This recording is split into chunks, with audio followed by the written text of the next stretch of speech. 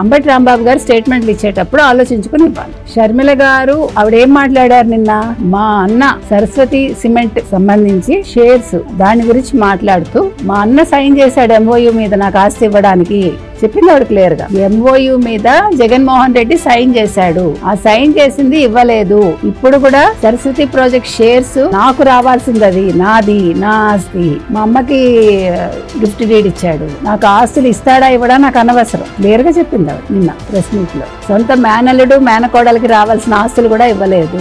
మోసం చేసిన మేనమామ, మోసం చేసిన అన్న ఈ జగన్మోహన్ రెడ్డి, తల్లిని మోసం చేసిన ఒక కొడుకు అని ఆవిడ స్టేట్మెంట్లు ఇచ్చారు జగన్మోహన్ రెడ్డి గురించి. ఆవిడ క్లియర్ గా మాట్లాడింది. ఇవాళ అంబటి రాంబాబు ఏమంటున్నాడండి, ఏమన్నాడు ఆయన? అసలు ఆయన ఎవడండి మాట్లాడటానికి? ఆస్తుల గురించి మాట్లాడటానికి అంబటి రాంబాబుకి ఏం హక్కు ఉందండి? వాళ్ళ ఇంటి వ్యవహారం అది. రాజశేఖర రెడ్డి గారు కొడుక్కి కూతురికి సమానంగా ఆస్తి రాశాడు. ఇంకా ఈయనకి ఇంకా తెలియదేమో, ఈయన అల్లుడి గురించి ఈయన మాట్లాడాడు కదా, ఈయనకి మాట్లాడే హక్కు లేదు. ఇప్పుడు షర్మిల గారి గురించి, జగన్మోహన్ రెడ్డి గురించి రాజకీయాల వరకు మాట్లాడొచ్చు అంబటి రాంబాబు, కానీ వ్యక్తిగత ఆస్తుల గురించి మాట్లాడే హక్కు వీళ్ళకి లేదు.